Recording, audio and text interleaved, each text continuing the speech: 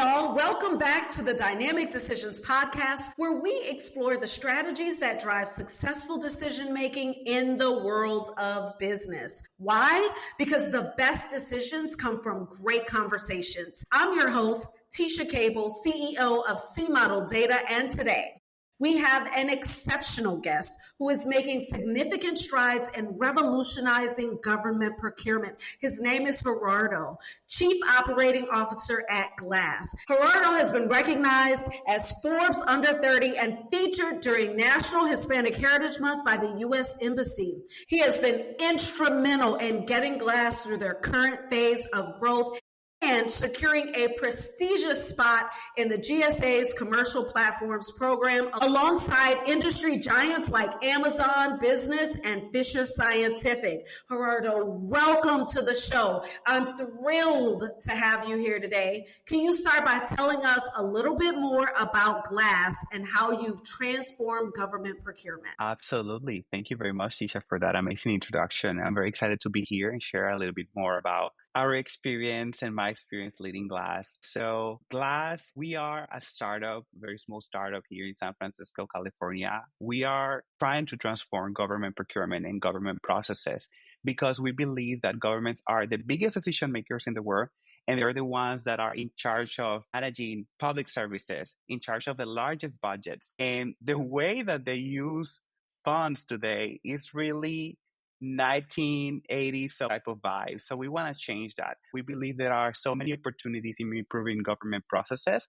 And we're focusing on procurement because it's not about what you say you're going to do in the work. It's about how you execute that budget to make things happen. That's our belief. That's why we started Glass. Our main product right now is G-commerce, that is an e-commerce marketplace for government buyers to make purchases in a way that is fully compliant, but with the convenience of e-commerce, just like some of the platforms that you mentioned. So we're very happy to share some of that story with you. And in our case, we have been awarded as one of the designated platforms for federal micro purchases. So that's a big deal for us. We fought for it. We are a very small startup and one of the little ones there. So it's been an exciting journey for us, especially this year as we are working with hundreds of federal agencies and local agencies. Literally last week, I was in Puerto Rico. We're launching with our first Latin American agency, the government of Puerto Rico. So we're moving, we're learning, we're growing. This is fantastic.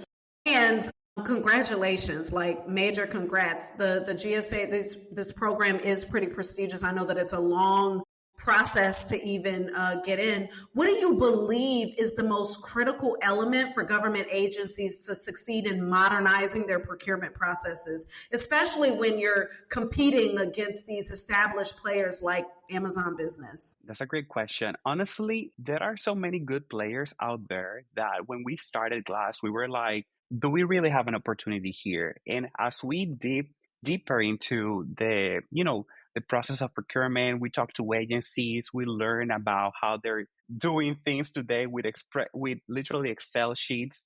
And we were like, oh, that's how you're doing it today. Is that how you're contacting vendors on the phone? You're getting quotes on the phone. There must be better ways. So something that is very interesting in our industry specifically is that there's a lot of great companies that are doing great software and products, but I think the public sector specifically doesn't receive that type of love in terms of the software. So GovTech was not a very sexy industry a few years ago. That's when we started back in 2020 when we launched. And since then, there's a lot of opportunities in the public sector, people that want to do things better, people that want to make things more efficient, people that want to also, kind of diversify the pool of vendors that are doing business with governments. And we're like, okay, we're a diverse business. We have this knowledge. How can we connect these pieces and make it more streamlined for the buyers and streamlined for the suppliers? But also, this is taxpayers' money. So how can we make taxpayers' money be used in a way that people want it to be used? So we believe there's not a single solution that is nailing software for government. We are just entering that sector with procurement, with purchases, but there are great players out there. So we're trying to do what others do, right? Like if you already have a standard, let's do that. There's already a standard for e-commerce. There's already a standard for how you onboard vendors. Let's take that and then let's adapt the user experience in a way that is simplified, that is convenient, that is fully compliant with their procurement processes. So I think we're taking what works right and then inserting our own little magic from learnings and talking to people, because at the end of the day, when you talk to the leaders in these agencies, they will tell you the things that are not working for them. But then we talk to the people in the bottom that are the ones doing these purchases manually in the day to day. They will tell you what is not working for them. So having Yeah. both perspectives and both conversations with different, I would say, players within those organizations has helped us a lot to understand what is our unique value proposition and enter through that as well. Yeah, I think it really gives these agencies an opportunity to innovate as well, right? So bringing this kind of technology in is going to breed innovation, but you're doing it in the right way by listening sort of to all sides, right? So it's not a one way. You've got to make it work in the right context. It's really cool because like sometimes many of these government employees, they feel like they're not listened unless they're like at the top.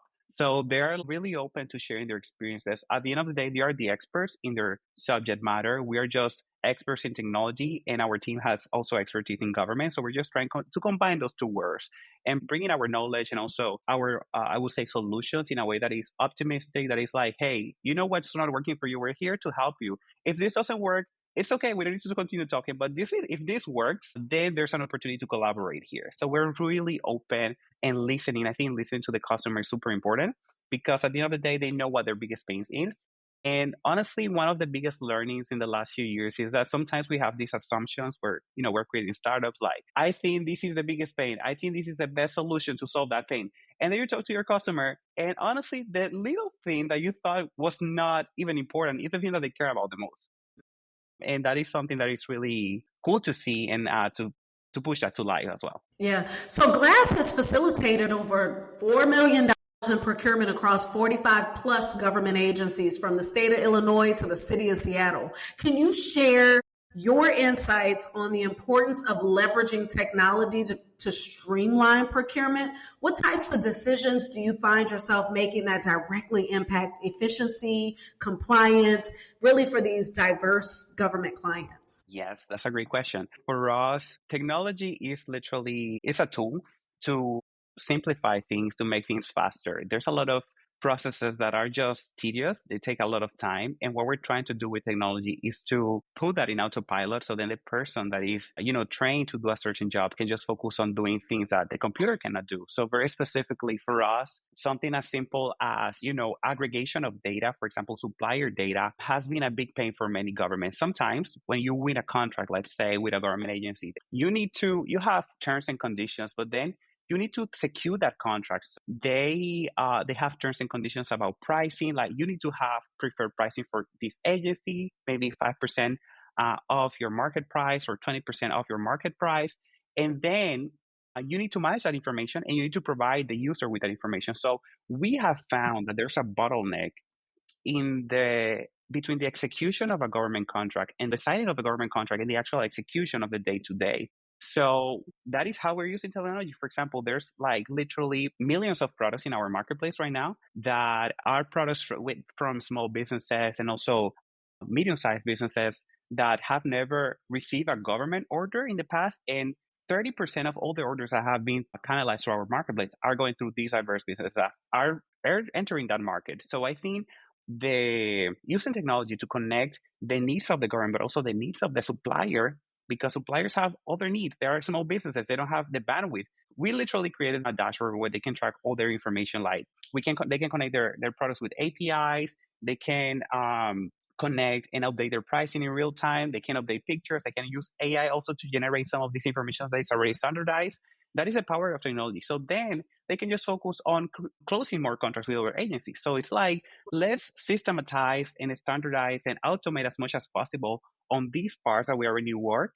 And then let's use that energy to solve the problems that are yet to be solved. I think that's a part of technology.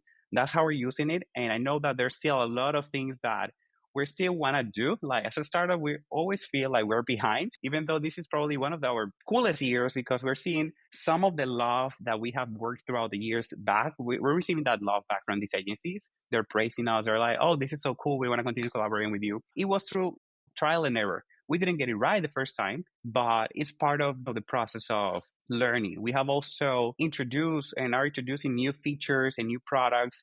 We have a couple of launches coming up this year as well in the payment processing part as well, because sometimes it's not only on the ordering part, but also how you pay that vendor. So we're learning so much, and we're trying to apply those learnings of technology in those areas as well. Yeah, so let's stay on the focus of your features, right? So you've developed a G-commerce, which I think is cute, as an intelligent e-commerce platform with features like same-day delivery and 24/7 procurement concierge. When you're making these sort of high-stakes decisions about platform features, especially the ones that are going to serve both local municipalities and federal agencies, do you have a framework that helps you to make sure that you meet the requirements? Yes. So we always, as a startup, our DNA is just to start small. Start with the MVP, the minimum viable product of whatever feature or functionality that we want to launch. And we start there. So for us, we have been working on this for a couple of years already. So we have a sense.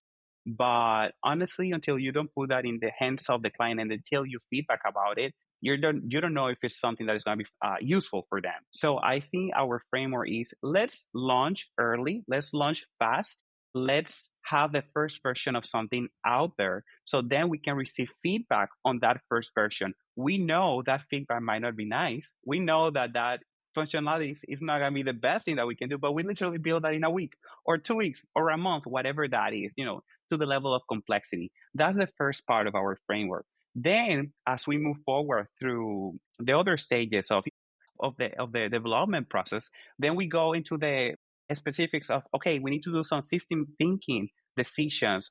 We need to understand what are some of the long-term implications of this functionality. So, for example, something as simple as our search bar before was just a very simple search bar because we just wanted to make it useful for users to just type a word that they needed to search, and then they will find out the results. Now we're implementing some filtering within the search bar, so you get to filter before you get the results. That's something that we didn't apply on day one.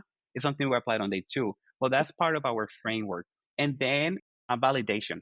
I think that's the last step, and it's the most important. That is, okay, you might have assumptions, hypotheses of how things might work, but until you don't validate them with the client or with the target user, it's still an assumption. So you need to validate. And also, in our case, we have around 14,000 users in our platforms, and all these are government people. Different people have different opinions, so you need to take things with a grain of salt.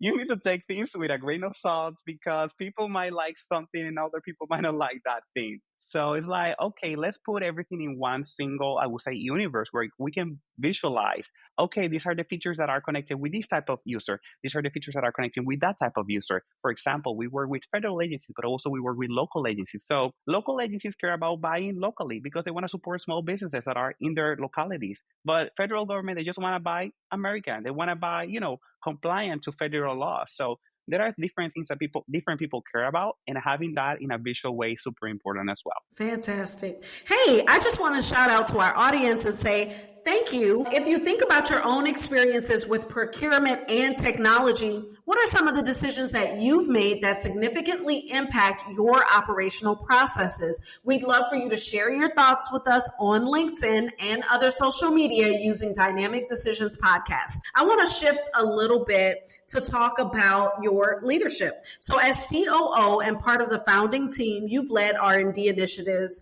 and you've really established the initial marketplace, supply chain, onboarding. What strategies do you employ to build up your culture of innovation and continuous improvement, especially when you're pioneering AI algorithms to optimize government operations? Yes. I think in leadership, there's always room for improvement, so I think I'm learning so much still today. I feel like in our company, specifically in our DNA, in our culture, we're a culture of yes and like if you have an idea, if you have a better way of doing things that you want us to try, let's try it. That's how we started. We had some ideas, a concept of hypotheses that we were like, if government buyers are just swiping their card on all these places and they cannot track all this information, can we just have one centralized place? That was a hypothesis, and then it worked out for most of it. Yeah, so I think for us, for me specifically, everyone in our company is a leader. Everyone is a leader on their own division or their own department. That's how we encourage them to be.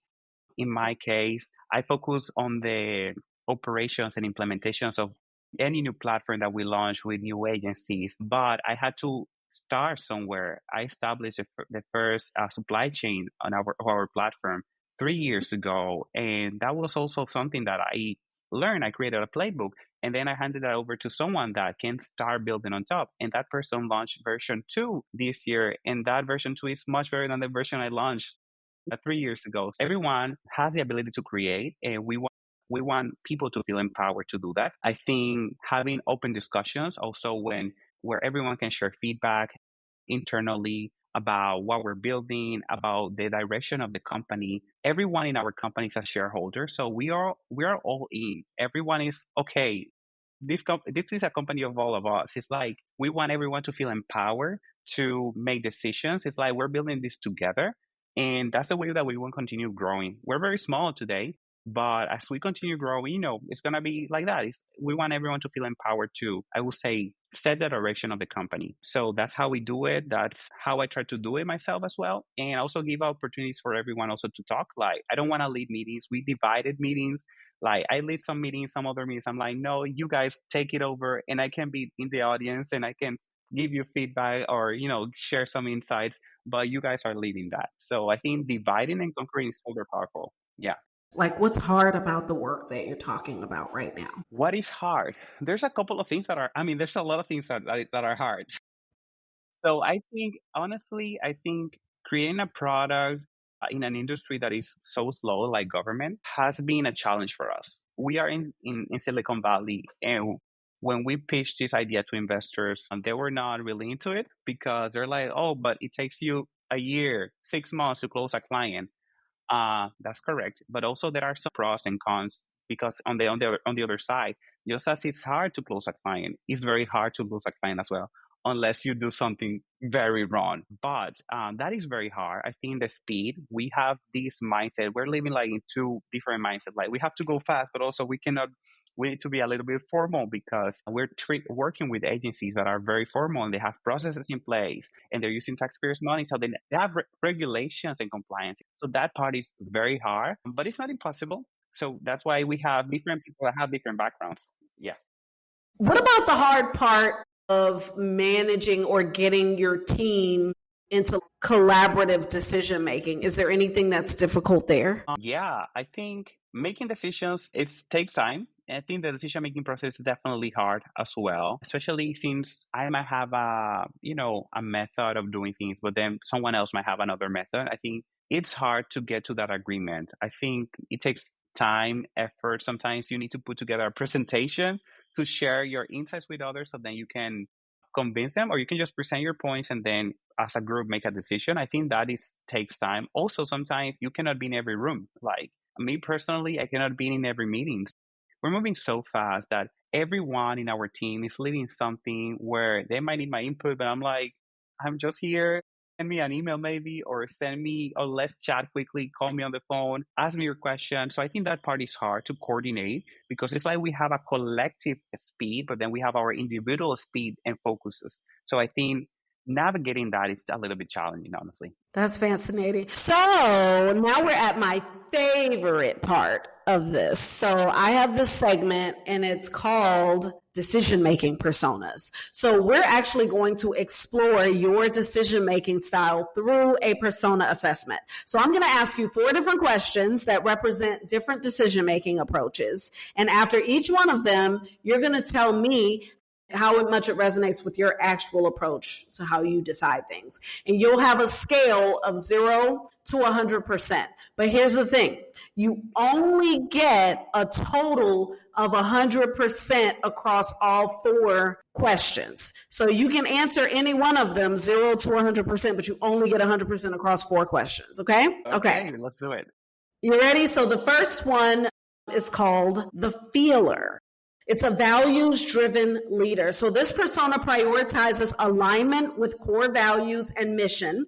often weighing the human impact and cultural fit of decisions alongside business metrics. So when they ask questions, when I'm facing a major platform decision, I ask myself, does this align with our mission to create more inclusive, sustainable, and transparent government procurement? Even if a more profitable feature might benefit larger agencies, I need to feel confident that we're truly enabling small businesses and diverse vendors to access government contracts. How much of you identifies with that approach? So I can only get to 100%. That's a hard question. So, but I think honestly, that is very connected to our purpose. I think I would say 30%. I will say that's the percentage I would take because every decision that we make needs to align with our purpose of, this is what we're doing this business for. We have been asked in the past, can you do business with other type of clients? And we're like, no, we're just trying to focus on government clients. It's hard to say no, especially when they have really good offers. Your vision lets you do that, doesn't it? Okay, here's your next one. You ready? It's called the planner. It's a strategic visionary. So this persona focuses on long-term implications and future-proofing decisions, always thinking several moves ahead and considering multiple scenarios. When I'm making a strategic decision, I ask myself, what are the long-term implications of this choice for government procurement modernization over the next 5 to 10 years? I need to map out how federal regulations, technology adoption, and agency needs will evolve, ensuring our platform positions government buyers and vendors for multiple possible futures. How much do you resonate with that perspective? That's a good one. I would say maybe 20%. Okay. And I would say the reason is because even though planning for me personally is the most important thing, as a business, there are so many variables that you cannot control that sometimes we just put too much time and effort thinking about the future that we forget about the present. And we're just trying to do what we can in the present, knowing that we have that direction and purpose in mind. But I would say 20% for now. Okay, that's good. Here's the next one. It's called the counter. So this is the challenger of assumptions. So this persona naturally questions conventional wisdom and looks for contrarian opportunities, often finding success by zigging when others zag. So when evaluating opportunities, I ask myself, what assumptions are we making about government procurement that might be fundamentally wrong? What is everyone else in the GovTech space doing that we should question? I tend to dig into why procurement processes work a certain way and whether there's a more efficient approach that the industry isn't seeing. How much of you resonates with that persona? Ooh. I would say 30%. For that one, I think we're always questioning our assumptions. We're always questioning our decision. We're like, does this make sense? Does it make sense to the client? So we're always questioning. We're always trying to research also a lot about the benchmark. So I would say 30%. Okay. Are you ready for the last one? Yes. Okay. It's called the data driver. It's evidence-based decision maker. So this persona relies heavily on metrics, analytics, and concrete evidence to validate decisions, preferring proof over intuition. Before making important decisions, I ask myself, what does our procurement data actually tell us about agency buy-in patterns, vendor performance, and compliance requirements? I want to see concrete analytics on transaction volumes, processing times, and cost savings that can validate or contradict our strategic instincts about platform development. How much of you resonates with that persona? Wow. That's a great one too. I mean, all of them are complementary, I guess. So I said 30, 20, and 30, so I'm at 80. Yes. So I have 20% yes. left. Okay. So I would say 20%. Okay. However, my background is in computer science, and that's all I do, data analytics, understanding the patterns and the data. So at a personal level, I think that's how I align to do business decisions and personal decisions. At a business level, we are a little bit mixed up all over the place, I will say. But 20% I will assign because that's what I have left. That's great. So you are 30% feeler, 20% planner, 30% counter, and 20% data driven. There you have it. Yeah, isn't that fun? It's a little fun assessment. Take that to your team and you can tell them, give me information in this order, and then that'll help you to decide. Yeah. Okay. As we wrap up on this conversation, I have one final question for you. You've been recognized as Forbes Under 30 and have taken Glass from startup to a GSA approved platform competing with industry giants. If you could give one piece of advice to aspiring leaders in operations management, particularly in the tech and government sectors, what would it be? Wow. I think the main piece of advice that I will give them will be find a mentor. I think, as a Force Under 30, I'm still learning so much about business and like about the processes. If I didn't have a mentor, they're more wise. They've been through this, so they know better. I have a couple of mentors that and advisors as well in our company that are people that have worked for eBay, Amazon. We have the former CTO of Magento. We have the former administrator of the GSA as our advisor. These people from the World Bank. We have these people that they're not part of our company, like because they're not in the day today, but they are our advisors. And if we didn't have them, we will be very, very lost. I think that's the biggest piece of advice I will give to any leader, either in operations, a CEO, any leadership position. Find a mentor because that will save you so much time and that will help you grow and that will help you get to that level that you want to get to. That's awesome advice. Thank you for that. And it's been a pleasure having you on the show, Gerardo. Your expertise is inspiring. Thank you so much. Can you share with our listeners where they can learn more about you and Glass? Absolutely. Thank you very much, Teasha. This has been great. I never get to talk about the work as much as I did today. I always am doing the work. So it was really nice to have an opportunity to share what we do and how we do it. So yeah, if you want to learn more about Glass, you can go to our social media. We are on Instagram, on LinkedIn as Glass GovTech. That's our handle. Glass Government Technology, GovTech. We're also on Twitter, so feel free to follow us, and also in our website, gcommerce.glass. You can also see the work that we're doing, and you can reach out if you're interested in contributing to the mission that we're doing. We have also creating a community. So we have really cool things happening as well, apart from the government sector. So yeah, feel free to reach out if you're interested in learning more or if you just want to follow us. Awesome. And thank you. And to our listeners, thank you. Thank you for tuning in. Remember, the best decisions come from great conversations. If you've enjoyed this episode, we'd love for you to subscribe, rate it, share it with your network. Let's keep the conversation going on social media using Dynamic Decisions Podcast. Until next time, keep questioning, keep growing, and keep leading with purpose.